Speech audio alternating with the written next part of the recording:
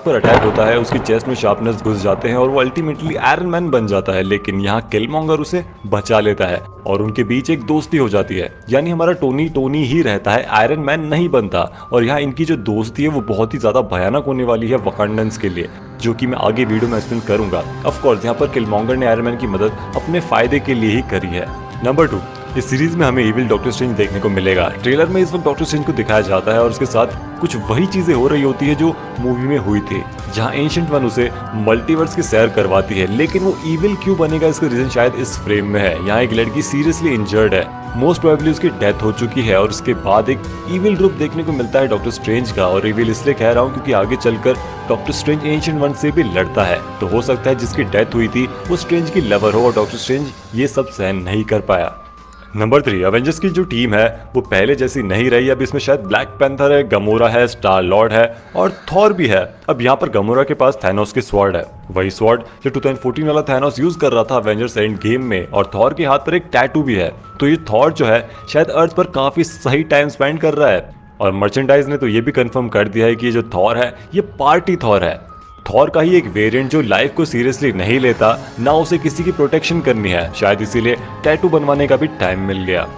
Number 4, T'Challa black panther के बजाय star Lord बन चुका है। मेन टाइमलाइन में योंडू पीटर क्विल को उठाकर ले गया था, लेकिन शायद यहाँ पर कुछ गड़बड़ हो गई और योंडू पीटर क्विल के बजाय टिचाला को ले आया। टिचाला शायद पीटर क्विल जैसा ना हो, काफी समझदार लग रहा है और इस होलोग्राम में अर्थ को देख रहा है। पीटर क्विल को अर्थ जाने का कोई शौक नहीं था, जबकि उसे पता था वो अर्थ से ही है। लेकिन टिचाला शायद अर्थ पर आएगा, हाँ, लेकिन पावर स्टोन का लालच दोनों को ही था और टिचाला भी मोराक पर जाता है पावर स्टोन लेने और यहीं शायद उसे कोराथ भी मिलेगा और हो सकता है गमोरा या थैनोस भी मिल जाए जो कि पावर स्टोन की तलाश में है।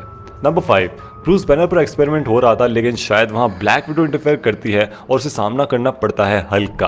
तो इस टाइमलाइन में हो सकता है हल्क का जो ओरिजिन है वो थोड़ा अलग हो, ब्रूस बैनर के बजाय कोई और भी हल्क हो सकता है और उसके बाद हल्क रोबोट्स की आर्मी या अल्ट्रॉन की आर्मी से भी लड़ता हुआ दिखाई देता है। नंबर 6, लोकी अर्थ को इन्वेड कर चुका है और बैकग्राउंड में देखें तो ये वॉरियर्स 3 का मेंबर वोल्स्टैग है। मेन टाइमलाइन में तो ये लोकी की मदद कभी नहीं करेगा, लेकिन उसने यहाँ लोकी की मदद करी है अर्थ पर अटैक करने में और शायद लोकी कास्केट ऑफ एंशिएंट की पावर्स को इन लोगों पर यूज भी करता है। नंबर 7, सुपर सोल्जर सीरम जो है वो स्टीव रॉजर्स को मिलना चाहिए था, लेकिन पैगी कार्टर को मिलता है और सक्सेसफुल भी होता है और पैगी कार्टर बन जाती है कैप्टन ब्रिटेन और उसका मेडअप नेम होता है कैप्टन कार्टर। और जैसा कि हम जानते हैं कि ये कहानी 1940s की होने वाली है, तो ये जो आयरन मैन का सूट है मोस्ट प्रोबेबली हावर्ड स्टार्क ने ही बनाया है और इस पर यूएसए भी लिखा हुआ है। तो शायद ये दोनों मिलकर गवर्नमेंट के लिए काम करते हैं, वो भी नाजीज के अगेंस्ट। हो सकता है शो में टाइम ट्रेवल भी देखने को मिले, क्योंकि पैगी की मुलाकात होती है डॉक्टर स्ट्रेंज से, जो कि इस जमाने का नहीं है और पैगी एक एलियन से भी लड़ती हुई दिखाई देती है। एग्जैक्टली एलियन तो नहीं कह सकते, लेकिन ये वही मॉन्स्टर लग रहा है जिससे गार्डियंस लड़ रहे थे और यहाँ इस सीन में उसने अपनी स्वॉर्ड से शायद उसे काट कर हरा भी दिया है। तो भाई कैप्टन ब्रिटेन तो नेक्स्ट लेवल है। नंबर 8, किलमॉन्गर वकांडा पर अटैक कर देता है और ऑफकोर्स उसे राजगद्दी चाहिए थी, लेकिन बैकग्राउंड में देखिए तो जायंट रोबोट्स है जो मोस्ट प्रोबेबली किलमॉन्गर की टीम में है। यानी कि जब किलमॉन्गर ने टोनी को बचाया तो उसने अपना प्लान बताया होगा और टोनी ने उसकी मदद करी, उसे रोबोट्स की आर्मी बनाकर दी ताकि वो वकांडा का थ्रोन ले सके।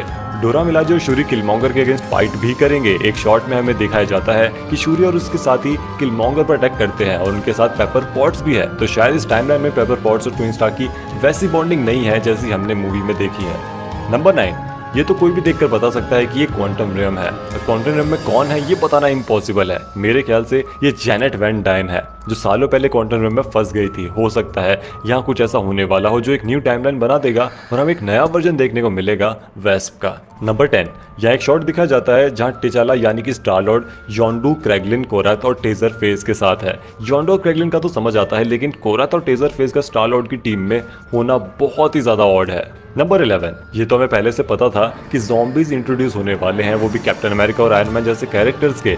इस स्टोरी लाइन में विंटर सोल्जर को इन ज़ॉम्बी से लड़ना होगा और ये मार्वल ज़ॉम्बीज स्टोरी लाइन से ही इंस्पायर्ड है। अब देखने वाली बात होगी कि आखिर कल ऑब्सिडियन यहाँ क्या कर रहा है। हाँ, बैकग्राउंड में ये कैरेक्टर कल ऑब्सिडियन ही है। इसकी कॉस्ट्यूम और फेस कट तो बिल्कुल वैसा ही लग रहा है मुझे। नंबर 12, वांडा ने मेन टाइमलाइन में तो डार्क होल्ड के स्पेल्स सीखना शुरू कर दिया है, जिसकी वजह से न जाने कितनी ज्यादा प्रॉब्लम्स क्रिएट होने वाली हैं और शायद क्रिएट हो भी चुकी हैं। इस ट्रेलर में एक शॉट है जो शायद वांडा का ही है, जहां उसकी रेड मैजिक एबिलिटीज दिखाई जाती है। हो सकता है वांडा रियलिटीज के बीच में ट्रेवल करना सीख गई हो और यहीं से शुरुआत हो doctor strange in the multiverse of madness की। थी। नंबर 13, ब्लैक विडो के पास कैप्टन ब्रिटेन की शील्ड थी, तो कैप्टन ब्रिटेन भी हो सकता है स्टीव रॉजर्स की तरह बर्फ में जम गई हो सालों के लिए और फिर उसने इन सभी हीरोज को ज्वाइन किया होगा। नंबर 14, विजन इस ट्रेलर में किसी को मल्टीवर्स के बारे में अवेयर करता हुआ दिखाई देता है। वांडा विजन में हमने देखा, उससे पता चल जाता है कि ये सब एक इल्यूजन है, सच नहीं है। वैसे ही इस सीरीज में शायद उसे मल्टीवर्स के बारे में मालूम चल जाता है और वो दूसरों को बताता है। क्यों बताता है ये तो 11 अगस्त को ही पता चलेगा, लेकिन उसे अपना माइंड स्टोन निकालने की क्या जरूरत थी। तो एक बार फिर से शायद स्टोरी जो है इन्फिनिटी स्टोन्स के अराउंड रिवॉल्व करेगी, क्योंकि दूसरी टाइमलाइंस में तो अभी भी सारे इन्फिनिटी स्टोन्स कहीं ना कहीं प्रेजेंट होंगे। नंबर 15, वैसे एक चीज समझ नहीं आई, कोरत की जो यूनिफॉर्म थी और इन सभी सोल्जर्स की जो यूनिफॉर्म है वो बहुत ज्यादा सिमिलर है। शायद कोरत इसी आर्मी का पार्ट है सीरीज में और स्टार लॉर्ड ने जिसे रेस्क्यू किया है उसने भी यही यूनिफॉर्म पहन रखी है।